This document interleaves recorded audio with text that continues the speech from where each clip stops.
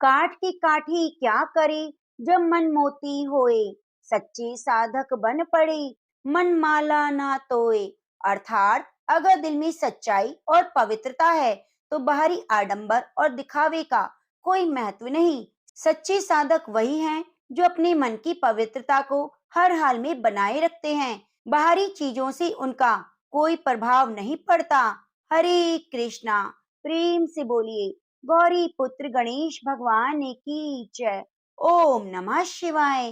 कान्हा जी की कृपा से आप सभी का दिन शुभ और मंगलमय हो। आज मार्गशीर्ष मास का गुरुवार है और गुरुवार का दिन भगवान विष्णु और माता महालक्ष्मी को समर्पित है। मार्गशीर्ष मास में कान्हा जी, तुलसी जी और माता महालक्ष्मी की पूजा का विधान है। अगर हम मार्गशीर्ष मास में माता महालक्ष्मी की पूजा करते हैं, वृत कथा को सुनते हैं, तो हमारे घर में अन्न धन के भंडारे भर जाते हैं और सभी प्रकार की दरिद्रता दूर हो जाती है। तो आज मैं आपको सुनाने जा रही हूँ मार्गशीर्ष मास माहात्म्य की कथा। मार्गशीर्ष मास में राधा कृष्ण की मनमोहक कथाएं और साथ ही सुनेंगे आज माता महालक्ष्मी और भगवान विष्णु की बड़ी ही पुण्यदायी कथा और भगवत गीता महात्म्य का आगे का अध्याय। तो प्रिय भक्तों, आप कथाओं को पूरा जरूर सुनिए, जिससे आपको एक ही कथा में संपूर्ण पुण्य फल की प्राप्ति हो सके। अब आइए सुनते हैं सबसे पहले गणेश भगवान की एक छोटी सी कहानी। तालाब में एक मेंढक और मेंढकी रहा करते थे। मेंढकी हमेशा सुबह जल्दी उठती और तालाब से बाहर आकर पाल पर बैठ जाती। सवा पहर दिन चढ़ने तक गणेश जी की पूजा करती। मेंढकी का इस तरह गणेश जी की पूजा करना मेंढक को बिल्कुल भी अच्छा नहीं लगता। वह कहता कि कौन है गणेश जी, मैं तो किसी गणेश जी को नहीं जानता। गार खाती है ना मिट्टी, भूखी प्यासी पाल पर बैठी रहती है। मुझे देखो कितना हट्टा कट्टा हूँ, कोई विनायक की पूजा नहीं करता। पर मेंढकी पर मेंढक की बातों का कोई असर नहीं होता। मेंढक रोजाना इसी तरह चिल्लाता रहता। तो यह सुनते सुनते एक दिन गणेश जी भगवान नाराज हो गए। गणेश जी की माया से उसी तालाब पर राजा की एक दासी पानी भरने आती है और घड़े में जैसे पानी भरती है, मेंढक और मेंढकी पानी के साथ उस घड़े में चले जाते हैं। तो वे घर ले जाकर उस पानी के घड़े को भट्टी पर चढ़ा देती है और नीचे आग जला देती है। तो जैसे ही पानी गर्म होता है, मेंढक तो बुरी तरह से जलने लगता है और जोर जोर से चीखने लगता है। मेंढकी अपने गणेश भगवान की पूजा में लगी रहती है। तो वह कहता है कि मेंढकी, मैं तो गर्म पानी में जल रहा हूँ, तुम आराम से बैठी हो। तो वह बोली, नहीं, मैं तो बिल्कुल नहीं जल रही, मुझे तो ठंडी ठंडी हवा आ रही है। तो मेंढक कहने लगा, कैसी बातें कर रही हो, घड़े के अंदर पानी उबल रहा है और तुम कह रही हो कि मुझे तो ठंडी ठंडी हवा आ रही है। मेंढकी कहने लगी, मैं तो गणेश जी की पूजा करती हूँ, गणेश भगवान मेरी रक्षा करते हैं। तो यह सुनकर मेंढक कहने लगा, आज तू तेरे गणेश जी का ध्यान कर, हम इस मुसीबत से छूट जाएं तो हमारी जान बच जाए। फिर आज के बाद मैं भी तुम्हारे साथ रोजाना सवा पहर दिन चढ़ने तक गणेश जी की पूजा किया करूंगा। तब तक कुछ नहीं खाऊंगा, पूजा करने के बाद ही गार मिट्टी खाया करूंगा। तो मेंढक के कहने पर मेंढकी ने मन ही मन गणेश जी का स्मरण किया।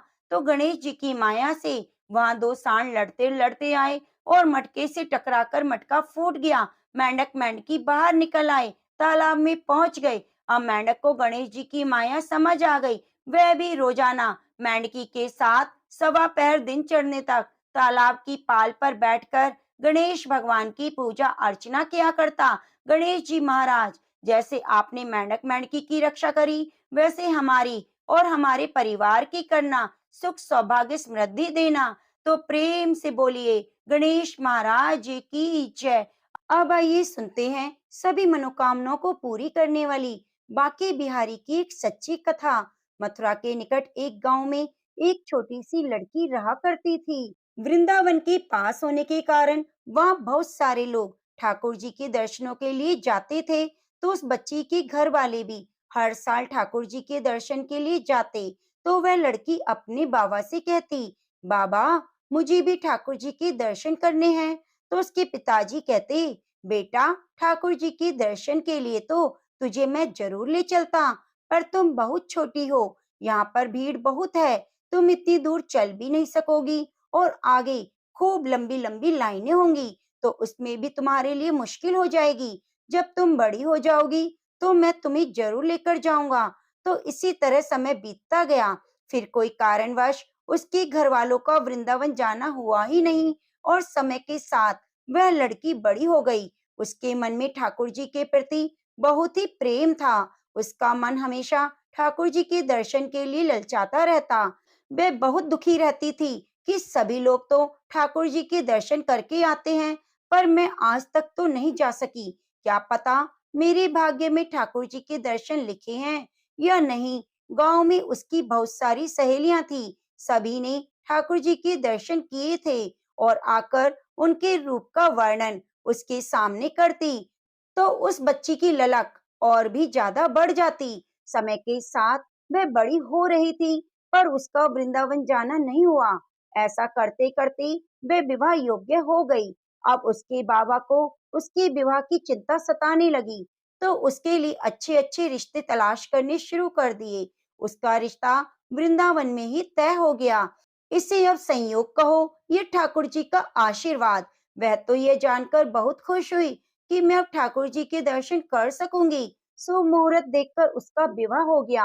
अब वह अपने ससुराल पहुंच गई रस्म निभाने के लिए। जब वह वापस अपने घर आई, तो एक दो दिन बाद जब उसका पति उसे लेकर जा रहा था, तो यमुना नदी के तट पर रुककर कहने लगा कि तुम यहाँ पर बैठो, मैं स्नान करके आता हूँ। तो वह लड़की वहां पर बैठ गई। अब उसका ध्यान ठाकुर जी की तरफ चला गया और सोचने लगी कि ठाकुर जी के दर्शन पता नहीं कब होंगे। अब उस लड़की ने बड़ा सारा घूंघट निकाल रखा था, क्योंकि वह उसका ससुराल था। तो वह घूंघट निकाल कर बैठी थी और मन ही मन कान्हा जी का विचार कर रही थी। देखो ठाकुर जी की कितनी कृपा है मुझ पर। मैंने बचपन से ही उनको भजा है और दर्शन के लिए ललायत थी, तो उनकी कृपा से मेरा विवाह श्रीधाम वृंदावन में हो गया। मैं इतने सालों से ठाकुर जी को मानती हूँ, पर मैंने आज तक उनसे कोई रिश्ता नहीं जोड़ा। वे मेरे क्या लगते हैं। इस तरह सोचते हुए वे सोचने लगी कि ठाकुर जी की उम्र क्या होगी। मेरे हिसाब से 17 वर्ष के होंगे। मेरे पति 21 वर्ष के हैं, तो उनसे थोड़े छोटे होंगे। इसलिए पति के छोटे भाई तो मेरे देवर हुए। लो भाई, ठाकुर जी आज से मेरे देवर होंगे। इस तरह सोचकर वह बड़ी प्रसन्न हो रही थी और मन ही मन कह रही थी कि ठाकुर जी आज से मैं आपकी भाभी और आप मेरे देवर। पर वह समय पता नहीं कब आएगा जब आप मुझे भाभी भाभी कहकर पुकारेंगे। वह इस तरह से सोच रही थी, तभी एक किशोर अवस्था का सांवला सा लड़का उसी तरफ आ रहा था और पास आकर कहने लगा, भाभी भाभी। तो वह अपने भाव से बाहर निकली और सोचने लगी कि वृंदावन में तो मैं नई हूँ, मुझे कोई नहीं जानता, फिर भी ये भाभी भाभी कहकर कौन पुकार रहा है। पर उसने घूंघट नहीं उठाया। वह बालक खड़ा खड़ा बार बार कहता रहा, भाभी भाभी। उसने कोई जवाब नहीं दिया। फिर वह धीरे से उसके पास आया और कहने लगा, भाभी अपना चेहरा दिखा दो। तो वह लड़की सोचने लगी, यह बालक तो बहुत जिद कर रहा है। तो उसने अपने घूंघट को कसकर पकड़ लिया। सोचने लगी, कहीं इसने घूंघट उठा लिया और आस पड़ोस में किसी ने देख लिया और मेरे ससुराल में जाकर बता दिया तो क्या होगा। वह लड़का कहने लगा, भाभी आपने घूंघट क्यों निकाल रखा है, मैं आपका देवर हूँ। तो उस लड़की ने एक नजर से उसे देखा और कहा, नहीं हम आपको नहीं जानते। तो वह लड़का कहने लगा, भाभी आप शायद नहीं जानते, आप उस गांव के हो ना, वहीं पर हमारा घर है। अपना नाम बताओ, अपना चेहरा भी दिखाओ। वह लड़की चुपचाप बैठी रही। तो कान्हा के रूप में आया वह लड़का कहने लगा कि भाभी आप तो नाराज हो रही हैं। देखो हम आपके इतने प्यारे देवर हैं और इतनी दूर से मिलने के लिए आप तक आए हैं और आप हमसे बातें भी नहीं कर रही, हमें अपना चेहरा भी नहीं दिखा रही। इतना कहते ही उस लड़की ने घूंघट खींच लिया और चेहरा देखकर भाग गया। थोड़ी देर बाद में उसका पति आ गया, तो उसने अपने पति को सारी बात बताई। तो पति कहने लगा, तुम चिंता मत करो, वृंदावन इतना बड़ा नहीं कि वह लड़का हमें फिर नजर ना आए। कभी भी किसी भी गली में तुम्हें दिखाई दे तो मुझे बता देना। इस तरह बातें करते हुए पति पत्नी दोनों घर चले गए। कुछ दिन बाद में उसकी सासू माँ ने अपने बेटे से कहा कि बेटा देखो, तुम्हारा विवाह हो गया। अब बहू एक बार मायके जाकर भी आ गई, पर तुम दोनों अभी तक बांके बिहारी जी के दर्शन के लिए नहीं गए। तुम ऐसा करो, कल सुबह जाकर बहू को ठाकुर जी के दर्शन करवा लाओ, उनका आशीर्वाद बहुत जरूरी है। तो उसने कहा, ठीक है माँ, कल सुबह ही चले जाएंगे। अगले दिन दोनों पति पत्नी ठाकुर जी के दर्शन के लिए मंदिर में गए। वहां जाकर देखा, मंदिर में तो बहुत भीड़ थी। तो उसका पति कहने लगा, देखो, तुम स्त्रियों के साथ आगे जाओ और बांके बिहारी के दर्शन कर लो, मैं अभी आता हूँ। तो वह अपने पति के कहे अनुसार महिलाओं के साथ आगे चली गई और उसने घूंघट फिर भी नहीं उठाया।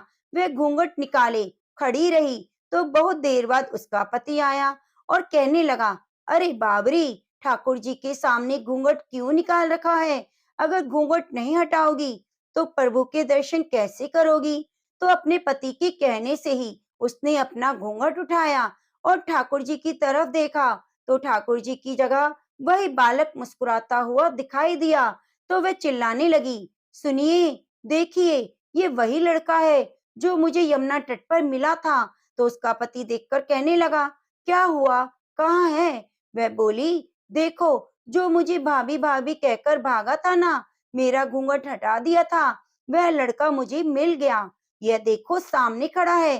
तो उसके पति ने कहा, मुझे तो दिखाई नहीं दे रहा, कहाँ खड़ा है, फिर से बताओ। तो उसने ठाकुर जी की तरफ इशारा करके कहा, यह रहा आपके सामने। तो यह देखकर उसका पति तो हैरान रह गया और अपनी पत्नी से कहने लगा कि तुम धन्य हो, आज मैं जान गया कि वास्तव में तुम्हारे हृदय में सच्चा भाव है ठाकुर जी के प्रति। हम इतने वर्षों से वृंदावन में रह रहे हैं, पर आज तक हमें ठाकुर जी ने दर्शन नहीं दिए। तुम्हारा भाव इतना ऊंचा है कि ठाकुर जी तुम्हें खुद दर्शन देने आए। तो वे कहने लगी, हाँ, मैंने ही मन से ठाकुर जी से देवर का रिश्ता जोड़ा था। मुझे लगता है तभी मेरे देवर बनकर आ गए, मुझे भाभी भाभी पुकारने लगे। तो वह सुनकर उसका पति कहने लगा, आज मैं मान गया कि कान्हा जी दिल से जो भी रिश्ता जोड़ लेता है, उसका रिश्ता निभाने के लिए जरूर आते हैं। तो दोनों इसी तरह कान्हा जी का आशीर्वाद पाकर घर आ गए। घर आकर उसके पति ने सारी बात अपनी माँ को बताई।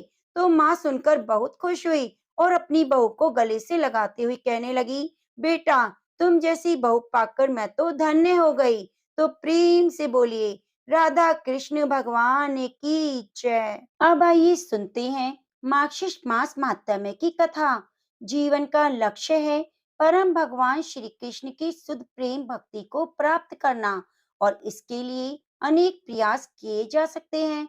हमारे शास्त्रों और पुराणों में अनेक ऐसी चीजें बताई हैं जिसके पालन से हम अपने आध्यात्मिक जीवन में प्रगति कर सकते हैं और इसी जन्म में इस मृत्यु चक्र से मुक्त हो सकते हैं। भगवान नारायण ने देवऋषि नारद मुनि से कहा, हे मुनिवर, एक समय की बात है, भगवान श्री कृष्ण अपने मित्रों और बलराम जी के साथ भोजन करने के लिए श्री वन में गए। वहां उन्होंने भोजन के बाद अनेक प्रकार की बाल क्रीड़ाएं की और सभी क्रीड़ा समाप्त करके गोप बालकों के साथ उन्होंने गोधन को आगे बढ़ाया। वन में स्वादिष्ट जल पिया और फिर महाबली श्री कृष्ण उस स्थान से अपनी गायों के साथ मधुवन में प्रवेश किया।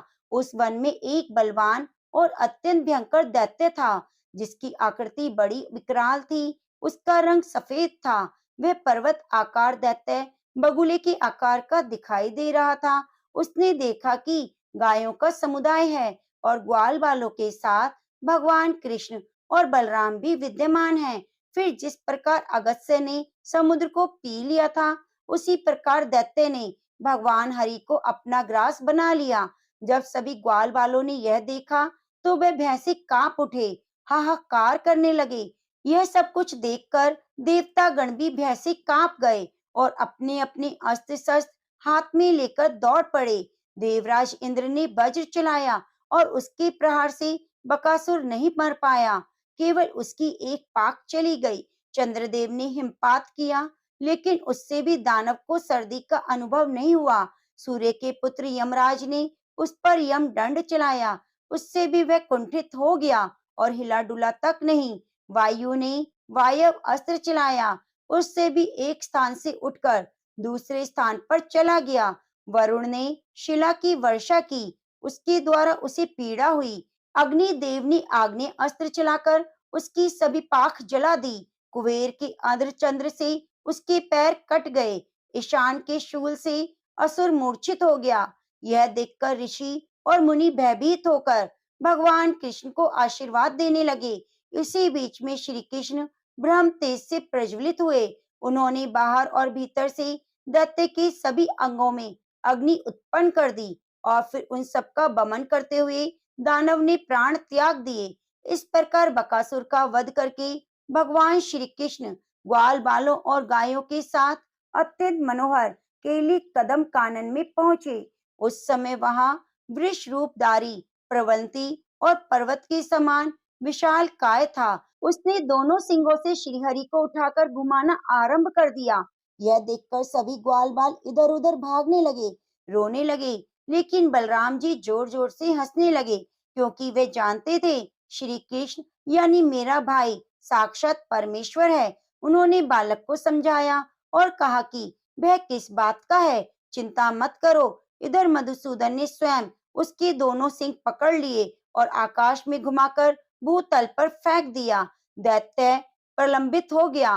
वे गायों को चराते हुए भांडिर वन के पास जा पहुंचे। उस समय माधव को जाते हुए देखकर बलराम दैत्य राज के अपनी टाप से धरती को खोदते हुए शीघ्र ही उन्हें घेर लिया। उसने श्रीहरि को मस्तक पर चढ़ाकर संतुष्ट होकर आकाश में 100 योजन तक उछालकर घुमाया और अंत में पृथ्वी पर गिर पड़ा।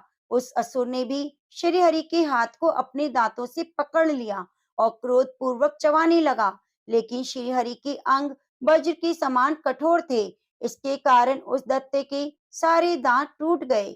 श्री कृष्ण के तेज से दग्ध होकर उसने भूतल पर प्राण त्याग दिए। यह देखकर स्वर्ग में दुदुम्बियां बजने लगी। देवतागण आकाश से पुष्प वर्षा करने लगे। इसी बीच में दिव्य रूपधारी अनेक पार्षदगण विमान पर बैठकर वहां आ पहुंचे। उन सब की 2 भुजाएं थी, पीतांबरधारी किरीट और कुंडल से अलंकृत थे, बनमाला से विभूषित थे। पार्षदों के सभी अंग चंदन से युक्त थे। गोप वेश धारण किए हुए वे बड़े सुंदर दिखाई दे रहे थे। रतन के सार तत्व से निर्मित दीप्तिमान दिव्य रथ पर आरूढ़ होकर वे सभी भांडीर वन में उस स्थान पर गए जहाँ श्रीहरि विराजमान थे। उसी समय दिव्य वस्त्र पहने रतन में अलंकारों से विभूषित हुए 3 पुरुष आए। श्रीहरि को उन्होंने प्रणाम किया और स्तुति करते हुए उसी विमान से उत्तम गोलोक को चले गए। वे तीनों पहले के वैष्णव पुरुष थे जो देह त्याग कर दानव योनि को प्राप्त हुए। वह इस समय श्री कृष्ण के हाथों से मारे जाकर उनके पार्षद बन गए। ऋषि नारायण द्वारा यह कथा सुनाई जाने पर नारद मुनि के मन में एक जिज्ञासा प्रकट हुई। उन्होंने कहा, हे माँ भाव, वे दिव्य वैष्णव पुरुष कौन थे जो दैत्य रूप हो गए? इस बात को भी आप बताइए। तो ऋषि नारायण ने कहा, हे ब्राह्मण, ध्यान से सुनो, मैं इन सब का प्राचीन इतिहास बताता हूँ। मैंने पुष्कर तीर्थ में सूर्य ग्रहण के अवसर पर साक्षात महेश्वर के मुख से इस विषय को सुना था। श्री हरि के गुण कीर्तन के प्रसंग में भगवान शंकर ने यह कथा कही थी। गंधमादन पर्वत पर राजा गंधर्व रहा करते थे। वे श्री हरि की सेवा में तत्पर रहने वाले महान तपस्वी और श्रेष्ठ संत थे। मुने उनके 4 पुत्र हुए जो गंधर्व में श्रेष्ठ समझे जाते थे। सोते जागते समय श्री कृष्ण के चरण कमलों का ही चिंतन करते। वे सभी दुर्वासा के शिष्य थे और श्री कृष्ण की आराधना में लगे रहते। प्रतिदिन कमल चढ़ाकर श्री हरि की पूजा करने के बाद जल पीते और उन चारों के नाम थे वसुदेव, सुहोत्र, सुदर्शन और सुपार्श्व। ये चारों ही श्रेष्ठ वैष्णव थे और पुष्कर में तपस्या करते थे। चिरकाल तक तपस्या करने के बाद उन्होंने मंत्र को सिद्ध कर लिया। उन चारों में से ज्येष्ठ वसुदेव था। वो दुर्वासा से योग्य शिक्षा पाकर योगियों में श्रेष्ठ और सिद्ध बन गया। उसने कभी विवाह नहीं किया। वह ब्रह्म तेज से प्रज्वलित होकर तत्काल देह त्याग कर कृष्ण का पार्षद हो गया। अब एक दिन बाकी तीनों भाई चित्र सरोवर के तट पर गए। वे सूर्योदय के काल में ही श्री हरि की पूजा के लिए कमल लेना चाहते थे। कमलों का संग्रह करते हुए उस वैष्णव को जब भगवान शंकर के सेवकों ने देखा, तब वे उन्हें बांधकर अपने साथ ले गए। और शिव जी के शरीर से बलिष्ठ थे सेवक, इसलिए उन दुर्लभ वैष्णवों को पकड़कर उन्हें शंकर जी के पास ले आए। भगवान शिव को देखकर उन सभी वैष्णवों ने भूतल पर माथा टेका, प्रणाम किया। भगवान शिव ने भी उन्हें आशीर्वाद देते हुए शीघ्र ही उनसे बात करने लगे। उस समय उनके मुख पर मुस्कुराहट खेल रही थी। और फिर शिव ने उनसे पूछा, पार्वती के सरोवर में प्रवेश करके कमल लेने वाले तुम कौन हो? पार्वती के व्रत की पूर्ति के लिए 1,00,000 यक्ष उस सरोवर की रक्षा करते हैं। पार्वती पति विषयक सौभाग्य की वृद्धि के लिए जब त्रैमासिक व्रत आरंभ करती है, तब वे लगातार 3 महीने तक श्री हरि को भक्ति भाव से एक सहस्त्र कमल चढ़ाती है। भगवान शिव का वचन सुनकर तीनों वैष्णव भयभीत हो गए। भक्ति भाव पूर्वक मस्तक झुकाकर हाथ जोड़कर कहने लगे, हे प्रभु, हम लोग गंधर्वराज गंधमादन के पुत्र गंधर्व में श्रेष्ठ हैं। हे महेश्वर, हम प्रतिदिन श्री हरि को कमल चढ़ाकर ही जल पीते हैं। हम यह नहीं जानते थे कि पार्वती माता द्वारा इस सरोवर की रक्षा की जाती है। आप ये सभी कमल ले लीजिए और व्रत को सफल बनाइए। हे महादेव, आज हम कमल नहीं चढ़ाएंगे और जल भी नहीं पिएंगे। हमने आपको कमल अर्पित कर दिए हैं, जिनके चरण कमल का प्रतिदिन चिंतन करके हम कमल से पूजा करते हैं। आज साक्षात उन्हीं को कमल अर्पण करके हम सबके सब पवित्र हो गए। हे प्रभु, आप ही कमल ले लीजिए, क्योंकि आप ही हमारे प्रभु हैं। अच्युत हमारा हृदय जिसके ध्यान से परिपूर्ण है, आप अपने उसी रूप का हमें दर्शन कराइए, जिसकी 2 भुजाएं हैं, हाथ में विनोद की साधना भूति मुरली है, पीतांबरधारी है, जिसके 1 मुख और 2 नेत्र हैं, ब्रह्म आदि देवता जिसकी स्तुति करते हैं, जो सबके लिए वंदनीय, चिंतनीय और वांछनीय है। स्व आत्मा राम पूर्ण काम और भक्तों की अनुग्रह के लिए तत्पर है। आप उसी रूप का हमें दर्शन कराना चाहते हैं। ऐसा कहकर वे श्रेष्ठ गंधर्व भगवान शंकर के सामने खड़े हो गए। श्री कृष्ण के रूप का वर्णन सुनकर भगवान शिव की अंगों में रोमांच छा गया, नेत्रों में आंसू आ गए। वे गंधर्व की बातें सुनकर कहने लगे, हे गंधर्व, मैंने जान लिया कि तुम लोग श्रेष्ठ वैष्णव हो। अपने चरण कमलों की धूल से पृथ्वी को पवित्र करने के लिए भ्रमण कर रहे हो। मैं श्री कृष्ण के दर्शन की सदा इच्छा करता हूँ, क्योंकि साधु संत तीनों लोकों में दुर्लभ हैं। तुम लोग मुझे पार्वती और देवताओं से भी बढ़कर प्रिय हो। मुझे वैष्णव जन अपने भक्तों से अधिक प्रिय हैं। लेकिन मैंने पूर्व काल में जो प्रतिज्ञा की थी, वे व्यर्थ नहीं होनी चाहिए। हे महाभाग, यह समय जो मनुष्य किसी अन्य व्रत के लिए इस सरोवर से कमल ले जाएंगे, वे शीघ्र ही आसुरी योनि को प्राप्त होंगे। इसमें संशय नहीं। श्री कृष्ण के भक्तों का कहीं भी अशुभ नहीं होता। तुम लोग पहले दानवी योनि में पड़कर फिर निश्चय ही गोलोक धाम में पधारोगे। तुम्हारे मन में श्री कृष्ण के रूप का प्रत्यक्ष दर्शन करने की उत्कंठा है, इसलिए हे बालकों, तुम्हें भारतवर्ष के वृंदावन में उस रूप के अवश्य दर्शन होंगे। तुम वैष्णव शिरोमणि बन जाओगे और दिव्य विमान पर आरूढ़ होकर हरि धाम को प्राप्त करोगे। इस प्रकार भगवान शिव ने उन्हें उस रूप के दर्शन कराए। उसके दर्शन करके उन सभी वैष्णवों के नेत्रों में आंसू आ गए। उन्होंने प्रणाम किया और फिर दानव योनि में चले गए।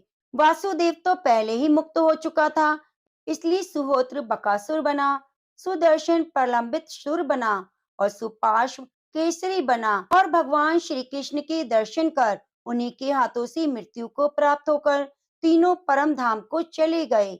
इस प्रकार उन्हें भगवान श्री कृष्ण की विशेष कृपा प्राप्त हुई। तो प्रेम से बोलिए, राधा कृष्ण भगवान की जय। अगर आपने आज की कथा को ध्यान से सुना है, तो आप हमारे प्रश्न का उत्तर दीजिए कि बकासुर अपने पूर्व जन्म में क्या था, उसका नाम क्या था। तो हमें कमेंट बॉक्स में लिखकर जरूर बताइए। श्री महालक्ष्मी माता की अनेक रूप और नाम हैं। श्री महालक्ष्मी को पार्वती, सिंधु कन्या, महालक्ष्मी लक्ष्मी, राजलक्ष्मी, गृहलक्ष्मी, सावित्री, राधिका, राजेश्वरी, गिरिजा, पद्मा, मालती, सुशीला आदि नामों से जाना जाता है। इस तरह हम महालक्ष्मी व्रत का कथा का शुभ आरंभ करते हैं। भारतवर्ष में सौराष्ट्र देश में द्वापर युग की यह कथा है। सौराष्ट्र में उस समय भद्रश्रवा नाम के राजा थे। वे बड़े पराक्रमी राजा थे। 4 वेद, 6 शास्त्र, 18 पुराणों का उन्हें ज्ञान था। उनकी रानी का नाम सूरत चंद्रिका था। रानी दिखने में सुंदर और सुलक्षणा थी, पतिव्रता थी। उन दोनों को 7 पुत्र और उसके बाद एक कन्या का वरदान मिला था। कन्या का नाम श्यामबाला था। एक बार महालक्ष्मी जी के मन में आया कि उस राजा के राजप्रसाद में रहे, इससे राजा को दुगनी धन दौलत की प्राप्ति होगी और वह इस धन दौलत से प्रजा को और सुख दे पाएगा। गरीब के घर में अगर रहे तो वह धन दौलत को प्राप्त करेगा, लेकिन स्वार्थी की तरह केवल अपने ऊपर ही खर्च करेगा। यह सोचकर महालक्ष्मी जी ने बूढ़ी ब्राह्मणी का रूप धारण कर लिया। हाथ में लाठी लिए लाठी के सहारे रानी के द्वार पर पहुंची। यद्यपि उन्होंने बूढ़ी औरत का रूप धारण किया था, उनके चेहरे पर देवी का तेज था। उन्हें देखते ही एक दासी सामने आई। उसने इनका नाम, धाम, काम, धर्म पूछ डाला। वृद्ध ब्राह्मण का रूप धारण की माता लक्ष्मी ने कहा, बालिके, मेरा नाम कमला है, मेरे पति का नाम भुवनेश है, हम द्वारिका में रहते हैं। हमारी रानी पिछले जन्म में एक वैश्य की पत्नी थी। वह वैश्य गरीब था। दारिद्र्य के कारण हर रोज घर में झगड़े होते और उसका पति रोज उसे मारता था।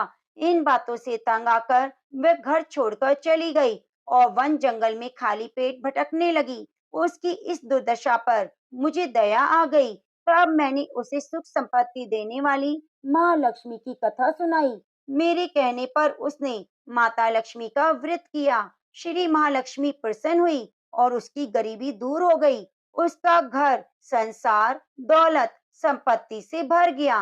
बाद में पति पत्नी दोनों परलोक सिधारे। लक्ष्मी व्रत करने के कारण वे लक्ष्मी लोक में रहे। उन्होंने जितने साल माँ लक्ष्मी का व्रत किया, उतने हजारों साल उन्हें सुख भोग मिला। इस जन्म में उनका जन्म राजघराने में हुआ है, परंतु वह श्री महालक्ष्मी का व्रत करना भूल गई है। उसे याद दिलाने में आई हूँ। बुढ़िया की बातें सुनकर दासी ने उन्हें प्रणाम किया और महालक्ष्मी का व्रत किस प्रकार किया जाए, इस बारे में पूछा। बुढ़िया रूप धारण किए हुए श्री महालक्ष्मी माता ने दासी को पूजा की विधि और महिमा बताई। उसके बाद वह दासी माता को प्रणाम कर रानी को बताने अंदर चली गई। राज वैभव में रहते हुए रानी को अपने ऐश्वर्य का बहुत घमंड था। संपत्ति और अधिकार की वजह से वह उन्मत्त हो गई थी। दासी द्वारा बताई गई बुढ़िया की बातें सुनकर वह आग बबूला होकर राजद्वार पर आकर बुढ़िया रूपी महालक्ष्मी पर बरस पड़ी। उसे मालूम नहीं था कि श्री महालक्ष्मी माता बुढ़िया का रूप धारण किए उसके द्वार पर आई हैं, परंतु रानी का इस कदर रूखा बर्ताव और अपना अनादर देखकर माता ने वहां ठहरना ठीक न समझा, वहां से चली गई। राह में उन्हें राजकुमारी श्यामबाला मिली। उन्होंने श्यामबाला को सारी बातें बताई। श्यामबाला ने अपनी ओर से श्री महालक्ष्मी माता से क्षमा मांगी। माता को उस पर दया आई। उन्होंने श्यामबाला को श्री महालक्ष्मी व्रत के बारे में बताया। उस दिन मार्गशीर्ष मास का पहला गुरुवार था। श्यामबाला ने परम श्रद्धा से श्री महालक्ष्मी का व्रत किया। फल स्वरूप राजा सिद्धेश्वर के सुपुत्र मालाधर से उसका विवाह हुआ। वह धन दौलत, ऐश्वर्य, वैभव से माला माल हो गई। पति के साथ ससुराल में आनंद से दिन बिताने लगी। इधर श्री महालक्ष्मी का रानी पर प्रकोप हुआ। फल स्वरूप राजा भद्रश्रवा का राज्य और राज कारोबार नष्ट हो गया। यहाँ तक कि खाने के लाले पड़ गए। ऐसी हालत में एक दिन रानी ने राजा से निवेदन किया, हमारा दामाद इतना बड़ा राजा है, धनवान है, ऐश्वर्यशाली है, क्यों ना उसके पास जाएं, अपना हाल उसे बताएं, वह जरूर हमारी मदद करेगा। इस बात पर राजा भद्रश्रवा दामाद के पास रवाना हुए। राज्य में पहुंचकर एक तालाब के किनारे थोड़ी देर विश्राम के लिए बैठ गए। तालाब से पानी लेते आते जाते दासियों ने उन्हें देखा। उन्होंने विनम्रता से उनकी पूछताछ की। जब उन्हें यह मालूम हुआ कि वे रानी श्यामबाला के पिता हैं, तो दौड़ते हुए जाकर उन्होंने रानी को सारी बात बताई। रानी ने दासी के हाथ राज परिधान बेचकर ठाठ से उनका स्वागत और आदर सत्कार किया, खान पान कराया। जब वे लौटने लगे तो सोने की मोहरों से घड़ा भर दिया। राजा भद्रश्रवा जब वापस लौटे तो उन्हें देखकर रानी सूरत चंद्रिका खुश हुई। उन्होंने सोने की मोहरों से भरे घड़े का मुंह खोला और हाय भगवान, घड़े में तो धन के बदले कोयले मिले। यह सब श्री महालक्ष्मी के प्रकोप से हुआ। इस प्रकार दुर्दशा में कई दिन बीत गए। इस बार रानी स्वयं अपनी कन्या के पास गई।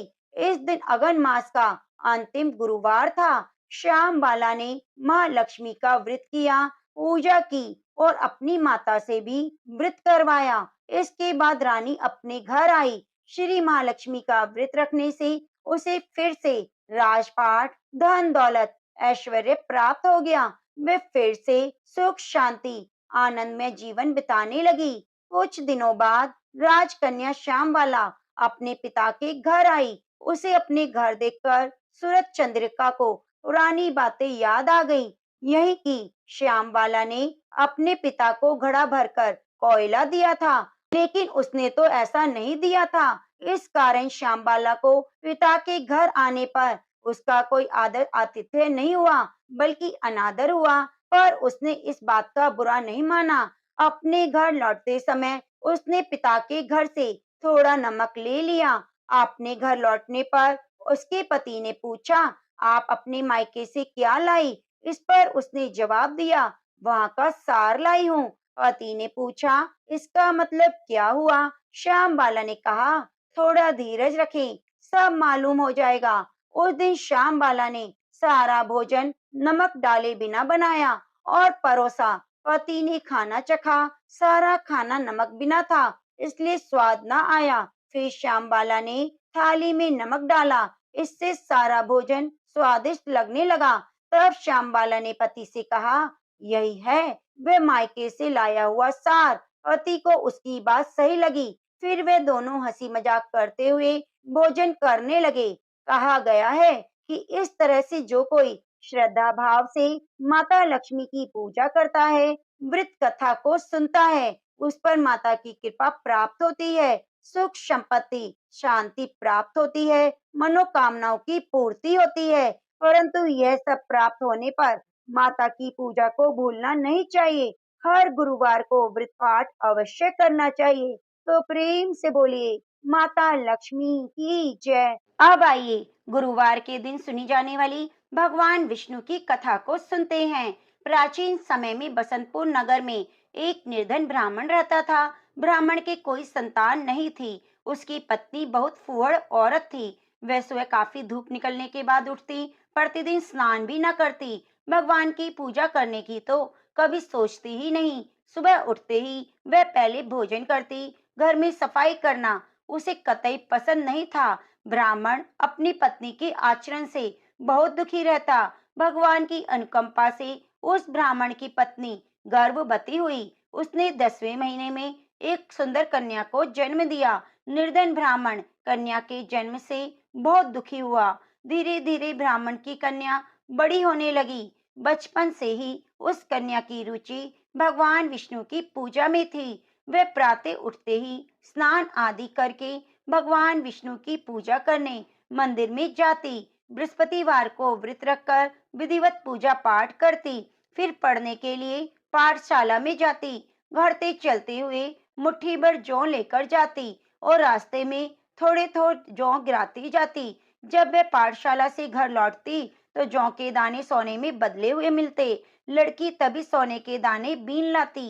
एक दिन जब वह सोने के दानों को साफ कर रही थी तो उसकी माँ ने कहा, बेटी, सोने के दाने साफ करने के लिए सोने का सूप होना चाहिए। अगले दिन बृहस्पतिवार था। उसने भगवान विष्णुदेव से पूजा की और प्रार्थना की, हे भगवान, यदि मैंने आपका व्रत विधिवत किया है तो मुझे सोने का सूप दे दो। भगवान बृहस्पति देव ने उसकी मनोकामना पूरी करने का वचन दिया। पाठशाला से लौटते समय उसे रास्ते में एक सोने का सूप पड़ा हुआ मिला। घर लौटकर सोने का सूप अपनी माँ को दिखाकर वह सोने के दाने साफ करने लगी। उस सुंदर लड़की को सोने के सूप में जौ साफ करते देखकर राजकुमार उस पर मोहित हो गया। महल में लौटकर राजकुमार ने राजा से उस लड़की से विवाह करने की इच्छा प्रकट की। तो राजा ने ब्राह्मण को महल में बुलाकर राजकुमार से उस लड़की के विवाह की बात कही। ब्राह्मण शहर से तैयार हो गया। धूमधाम से उस लड़की का विवाह राजकुमार से हो गया। दुल्हन बनकर ब्राह्मण की लड़की महल में चली गई। लड़की के चले जाने से ब्राह्मण फिर निर्धन हो गया और उसे कई कई दिन तक भोजन नहीं मिलता। बहुत दुखी होकर ब्राह्मण एक दिन अपनी लड़की के पास गया। अपने पिता से निर्धनता का समाचार सुनकर उसने बहुत सा धन देकर पिता को विदा किया। उस धन से ब्राह्मण के कुछ दिन तो आराम से गुजर गए, लेकिन जल्दी ही सारा धन समाप्त हो गया। फिर भूखों मरने की नौबत आ गई। ब्राह्मण अपनी लड़की से धन लेने के लिए महल में पहुंचा। लड़की ने पिता की बुरी हालत देखकर कहा, पिताजी, आखिर आप कब तक मुझसे धन लेकर जीवन यापन करेंगे? अगर आप कोई ऐसा उपाय क्यों न करें जिससे आपका घर भी धन संपत्ति से भर जाए। ब्राह्मण ने कहा, मैंने तेरी माँ को बहुत समझाया, पर उसकी समझ में नहीं आता। उसका फूहड़पन नष्ट हो तो घर की निर्धनता भी दूर हो जाए। सब कुछ सोचकर लड़की ने अपने पिता से कहा, पिताजी, आप कुछ दिनों के लिए माँ को मेरे पास छोड़ दो। ब्राह्मण अपनी पत्नी को लड़की के पास महल में छोड़ आया। लड़की ने अपनी माँ से कहा, माँ, तुम प्रातःकाल उठकर स्नान आदि करके भगवान विष्णु की पूजा करना। पूजा करने से तुम्हारी निर्धनता दूर हो जाएगी। लेकिन माँ ने उसकी बात नहीं मानी। तब क्रोधित होकर लड़की ने अपनी माँ को एक कक्ष में बंद कर दिया। सूर्य उदय के समय माँ को उठाकर जबरदस्ती स्नान कराया। फिर मंदिर ले जाकर भगवान विष्णुपति देव की पूजा कराई। कुछ दिनों तक ऐसा करने से लड़की की माँ की बुद्धि में परिवर्तन हुआ। वह स्वयं बृहस्पतिवार का व्रत रखने लगी। उस व्रत के रखने से ब्राह्मण के घर में भगवान विष्णु की अनुकंपा से धन की वर्षा होने लगी। दोनों पति पत्नी धन धान्य पाकर आनंद पूर्वक जीवन यापन करते हुए विष्णु धाम को चले गए। तो प्रेम से बोलिए भगवान विष्णु की जय। अब आइए सुनते हैं श्रीमद् भागवत गीता के आगे का अध्याय, पाठ और महात्म्य। उसके उपरांत अर्जुन ने पूछा, हे कृष्ण, आप कर्मों के संन्यास की और फिर निष्काम कर्म योग की प्रशंसा करते हैं, इसलिए इन दोनों में एक जो निश्चय किया हुआ कल्याण कारक होवे उसको मेरे लिए कहिए। इस प्रकार अर्जुन के पूछने पर श्री कृष्ण महाराज बोले, हे अर्जुन, कर्मों का संन्यास और निष्काम कर्म योग ये दोनों ही परम कल्याण वाले हैं, परंतु उन दोनों में कर्मों के संन्यास से निष्काम कर्म योग साधन में सुगम होने से श्रेष्ठ है। इसलिए हे अर्जुन, जो पुरुष न किसी से द्वेष करता है न किसी की आकांक्षा करता है, निष्काम कर्मयोगी सदा संन्यास से ही समझने योग्य है, क्योंकि राग द्वेषादि द्वंद्वों से रहित हुआ पुरुष सुख पूर्वक संसार रूपी बंधन से मुक्त हो जाता है। हे अर्जुन, ऊपर कहे हुए संन्यास और निष्काम कर्मयोग को मूर्ख लोग अलग अलग फल वाले कहते हैं, न कि पंडित जिन, क्योंकि दोनों में एक में भी अच्छी प्रकार स्थित हुआ पुरुष दोनों के फल स्वरूप परमात्मा को प्राप्त होता है। ज्ञान योगियों द्वारा जो परम धाम प्राप्त किया जाता है, निष्काम कर्म योगियों द्वारा भी वही प्राप्त हो जाता है। इसलिए जो पुरुष ज्ञान योग और निष्काम कर्म योग को फल रूप से एक देखता है, वही यथार्थ देखता है। परंतु हे अर्जुन, निष्काम कर्म योग के बिना संन्यास और मन, इंद्रियों और शरीर द्वारा होने वाले संपूर्ण कर्मों में कर्तापन का त्याग प्राप्त होना कठिन है, और भगवत स्वरूप को मनन करने वाले निष्काम कर्मयोगी पर ब्रह्म परमात्मा को शीघ्र ही प्राप्त हो जाता है। वश में किया हुआ शरीर जिसके, ऐसा जितेंद्रिय और विशुद्ध अंतःकरण वाला और संपूर्ण प्राणियों की आत्मरूप परमात्मा में एक ही भाव हुआ निष्काम कर्मयोगी कर्म करता हुआ भी लिपायमान नहीं होता। हे अर्जुन, तत्व को जानने वाला सांख्य योगी तो देखता हुआ, सुनता हुआ, स्पर्श करता हुआ, सूंघता हुआ, भोजन करता हुआ, गमन करता हुआ, सोता हुआ श्वास लेता हुआ, बोलता हुआ, त्याग करता हुआ, ग्रहण करता हुआ, आंखों को खोलता और मीचता हुआ भी सब इंद्रियां अपने अपने अर्थों में बरत रही हैं। इस प्रकार समझता हुआ निसंदेह ऐसे माने कि मैं कुछ नहीं करता, परंतु हे अर्जुन, देह अभिमानियों द्वारा यह साधन होना कठिन है और निष्काम कर्म योग सुगम है, क्योंकि जो पुरुष सब कर्मों को परमात्मा में अर्पण करके आसक्ति को त्याग कर कर्म करता है, वह पुरुष जल से कमल के पत्ते के सदृश पाप से लिपायमान नहीं होता। इसलिए निष्काम कर्मयोगी ममत्व बुद्धि रहित केवल इंद्रिय, मन, बुद्धि और शरीर भी आसक्ति को त्याग कर अंतःकरण की शुद्धि के लिए कर्म करते हैं। इसी से निष्काम कर्मयोगी कर्मों के फल को परमेश्वर के अर्पण करके भगवत प्राप्ति रूप शांति को प्राप्त होता है और सकामी पुरुष फल में आसक्त हुआ कामना के द्वारा बंधता है। इसलिए निष्काम कर्मयोग उत्तम है। हे अर्जुन, वश में है अंतःकरण जिसका, ऐसे सांख्य योग का आचरण करने वाला पुरुष तो निसंदेह ना करता हुआ और ना करवाता हुआ तो द्वारों वाले शरीर रूप घर में सब कर्मों को मन से त्याग कर और इंद्रियों के अर्थों में बरतती है, ऐसा मानता है। आनंद पूर्वक सच्चिदानंद घन परमात्मा के स्वरूप में स्थित रहता है। परमेश्वर भी भूत प्राणियों के न कर्तापन को और न कर्मों को और न कर्मों के फल को संयोग को वास्तव में रचता है, किंतु परमात्मा के सकाश से प्रकृति बरतती है, अर्थात गुण ही गुणों में बरतते हैं। सर्वव्यापी परमात्मा ने किसी के पाप कर्म को न किसी के शुभ कर्म को ग्रहण करता है, परंतु माया के द्वारा ज्ञान ढका है। इससे सब जीत मोहित हो रहे हैं, परंतु जिनका वह अंतःकरण का अज्ञान आत्मज्ञान द्वारा नाश हो गया है, उनका वह ज्ञान सूर्य के सदृश उस सच्चिदानंद घन परमात्मा को प्रकाशता है।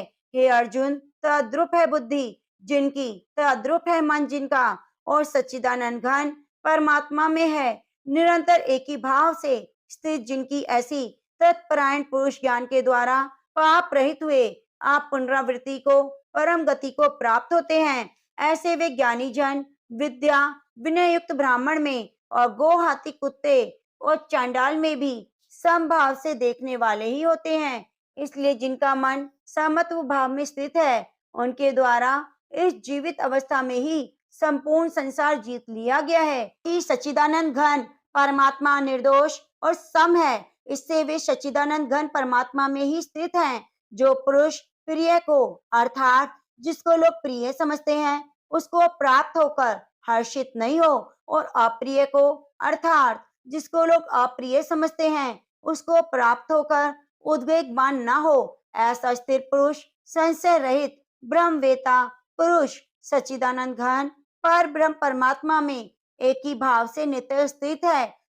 बाहर के विषयों में अर्थात सांसारिक भोगों में आसक्ति रहित अंतःकरण वाला पुरुष अंतःकरण में जो भगवत ध्यान जनित आनंद है उसको प्राप्त होता है, और वह पुरुष सच्चिदानंद पर ब्रह्म परमात्मा रूप योग में एक ही भाव से स्थित हुआ अक्षय आनंद को अनुभव करता है। जो ये इंद्रिय विषयों के संयोग से उत्पन्न होने वाले सब भोग हैं, यद्यपि विषय पुरुषों को सुखपूर्वक भासते हैं, तो भी निसंदेह दुख के ही हेतु हैं और आदि अंत वाले अनित्य हैं। इसलिए हे अर्जुन, बुद्धिमान विवेकी पुरुष उनमें नहीं रमता। जो मनुष्य शरीर के नाश होने से पहले ही काम और क्रोध से उत्पन्न हुए वेग को सहन करने में समर्थ है, काम क्रोध को जिसने सदा के लिए जीत लिया है, वह मनुष्य इस लोक में योगी है, वही सुखी है। जो पुरुष निश्चय करके अंतर आत्मा में सुख वाला है और आत्मा में ही आराम वाला है,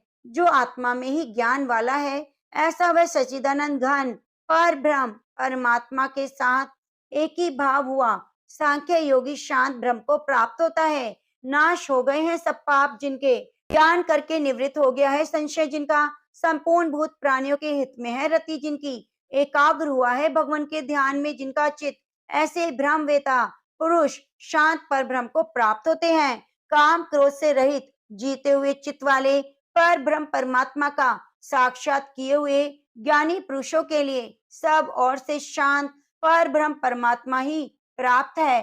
हे अर्जुन, बाहर के विषयों को, भोगों को न चिंतन करता हुआ बाहर ही त्याग कर, नेत्रों की दृष्टि को भ्रिकुटी के बीच में स्थित करके और नासिका में विचरने वाले प्राण और अपान वायु को सम करके जीती हुई इंद्रियां, मन बुद्धि जिनकी, ऐसा जो मोक्ष परायण मुनि इच्छा भय और क्रोध से रहित है, वे सदा मुक्त है। हे अर्जुन, मेरा भक्त मेरे को यज्ञ और तपों को भोगने वाले और संपूर्ण लोगों के ईश्वरों का भी ईश्वर अर्थात स्वार्थ रहित प्रेमी, ऐसा तत्व से जानकर शांति को प्राप्त होता है और सच्चिदानंद घन परिपूर्ण शांत ब्रह्म के सिवा उसकी दृष्टि में कुछ और नहीं रहता, केवल वासुदेव ही वासुदेव रह जाता है। इति श्रीमद् भागवत गीता रूपी उपनिषद ब्रह्म विद्या योग शास्त्र विषयक श्री कृष्ण और अर्जुन के संवाद में कर्म संन्यास योग नामक 5वां अध्याय संपूर्ण हुआ। अब आइए सुनते हैं लप्सी तप्सी की कथा। कहते हैं कि लप्सी तप्सी की कथा को सुने बिना हमारी कथा पूरी नहीं होती, तो हर कथा कहानी में हमें लप्सी तप्सी की कथा को जरूर सुनना चाहिए। एक लप्सी था, एक तपसी था। तपसी तो भगवान की तपस्या करता और लप्सी रोजाना सवा सेर का हलवा बनाकर भगवान को भोग लगाकर टाली हिलाकर जीम लेता। एक दिन दोनों में झगड़ा हो गया। तपसी बोला, मैं भगवान की तपस्या करता हूँ, इसलिए मैं बड़ा हूँ। लप्सी बोला, नहीं, मैं बड़ा हूँ। नारद जी ने कहा, तुम्हारा फैसला मैं करूंगा। दूसरे दिन जब तपसी नहाकर आ रहा था, तो नारद जी ने 1.25 करोड़ का मुंडरा तपसी के आगे गिरा दिया। उसे देखकर तपसी ने उसे पैर के नीचे दबा लिया और तपस्या करने लगा। उधर लप्सी ने 1.25 सेर हलवा बनाकर भगवान को भोग लगाया और टाली हिलाकर जीम लिया। इतने में नारद जी आए और दोनों को अपने पास बुलाया। दोनों ने नारद जी से पूछा, बताइए दोनों में कौन बड़ा है? नारद जी ने तपसी से अपना पांव हटाने को कहा। पांव हटाते ही मुंदड़ा निकला। तब नारद जी ने कहा, तपसी, तुमने मुंदड़ा चुराया है, जिससे तुम्हारी तपस्या भंग हुई, इसलिए लप्सी बड़ा है। तपसी ने कहा, मुझे मेरी तपस्या का फल कैसे मिलेगा? तब नारद जी ने कहा, तेरी तपस्या का फल कार्तिक नहाने वाली देंगी। सब कहानी कहकर तेरी कहानी नहीं कहेंगी, तो कार्तिक का फल तुझे मिलेगा। धोती देकर अंगोछा न दे, सीधा देकर दक्षिणा न दे, ब्राह्मण को भोजन कराकर दक्षिणा न दे, दीवा चास के हाथ न जोड़ने पर, कपड़ा देकर बटन न लगाने पर, दूसरे दीपक से अपना दीपक जलाने पर, दाहिने हाथ से नाड़ा बांधे, तो इन सब का फल तुम्हें मिलेगा। इतना कहकर नारद जी अंतर्ध्यान हो गए। तो प्रेम से बोलिए, कृष्ण भगवान की जय। अब आइए सुनते हैं माँ लक्ष्मी चालीसा का पाठ। इसके सुनने मात्र से घर में सुख शांति और सौभाग्य की वृद्धि होती है। माता लक्ष्मी के चरणों का ध्यान करते हुए आप इसे श्रद्धा पूर्वक सुनिए।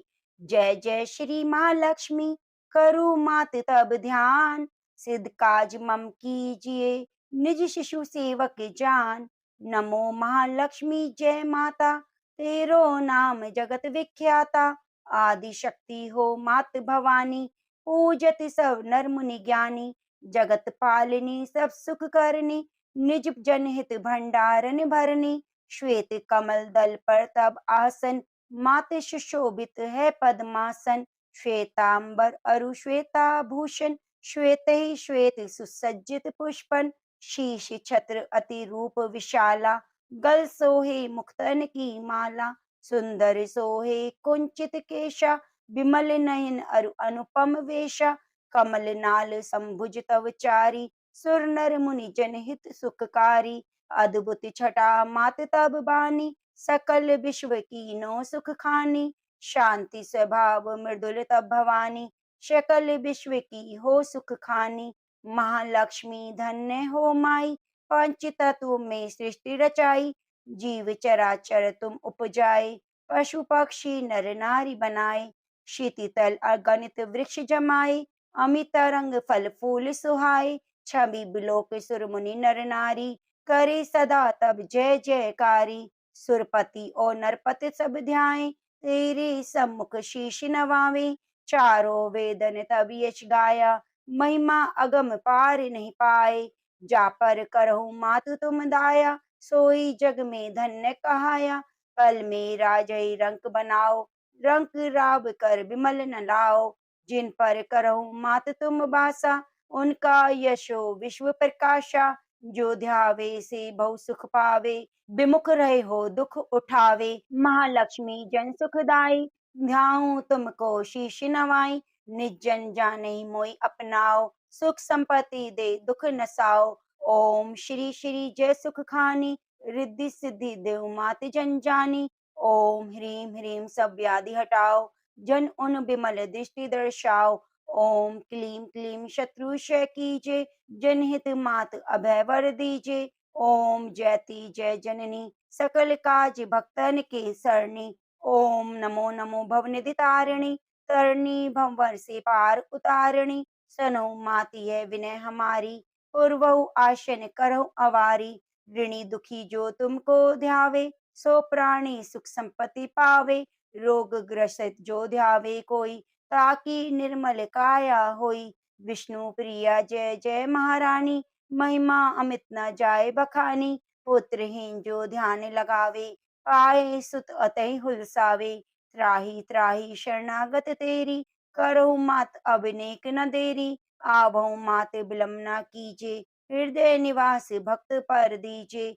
जानू जब तब का नहीं भेवा, पार करो भवनिधि बन खेवा। बिन वो बार बार कर चोरी, पूरणी आशा करूं अब मोरी। जाने दास मब संकट टारो, सकल व्याधि से मोहि उबारो। जो तब सुरते रहे लवलाई, सो जग पावे सुअस बढ़ाई। छायो यश तेरा संसारा, पावत शेष शंभु नहीं पारा। गोविंद निष दिन शरण तिहारी, करहु पूर्ण अभिलाष हमारी। महालक्ष्मी चालीसा, पढ़े सुने चित लाए। ताहि पदार्थ मिले, अब कहे वेद अस गाए। ओम महालक्ष्मी नमः। अब आइए सुनते हैं श्री महालक्ष्मी अष्टकम। इसकी रचना इंद्र के द्वारा की गई। ओम श्री गणेशाय नमः।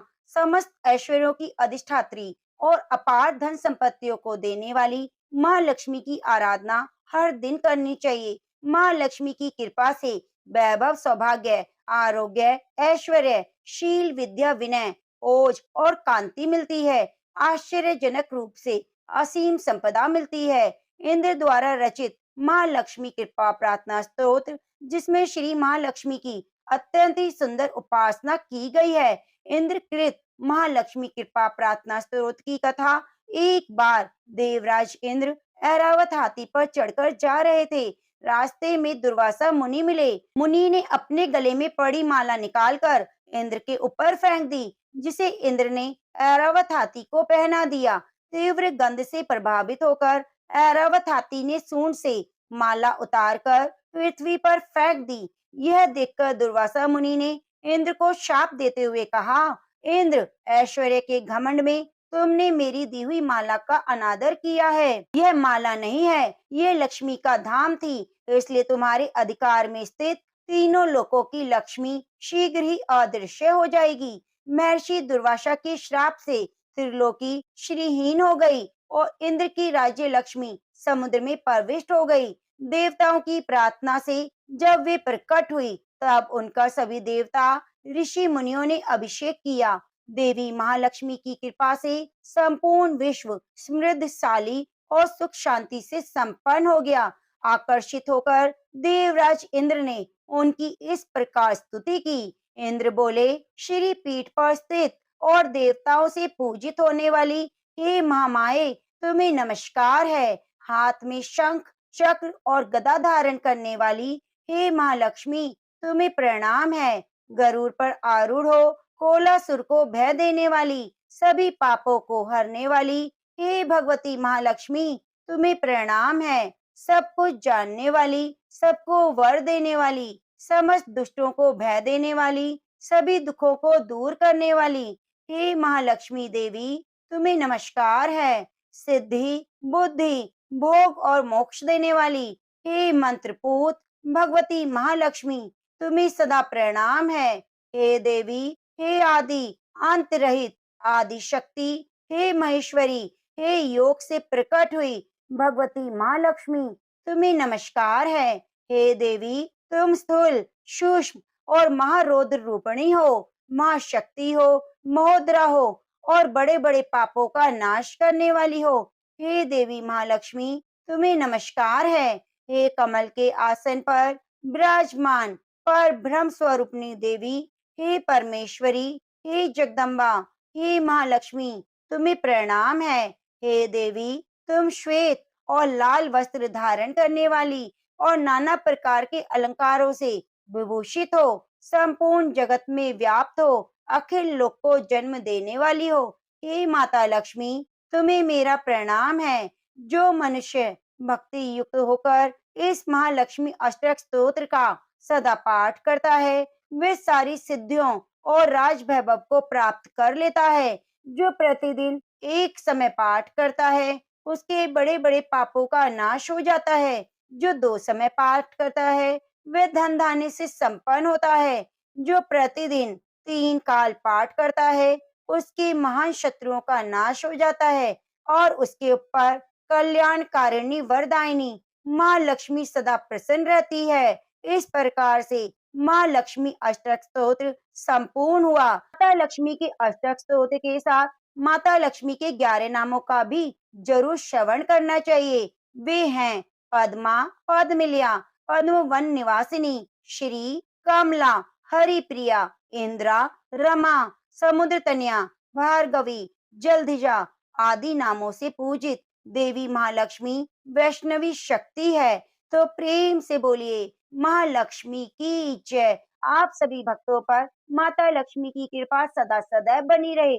आप चैनल को सब्सक्राइब करके बगल में बनी घंटी को दबाना ना भूलें। हमारे चैनल पर नित्य नियम से मार्गशीर्ष मास की कथाएं और व्रत कथा भी सुनाई जाती हैं, तो कृपया आप उन सभी कथाओं को जरूर जरूर सुनिए।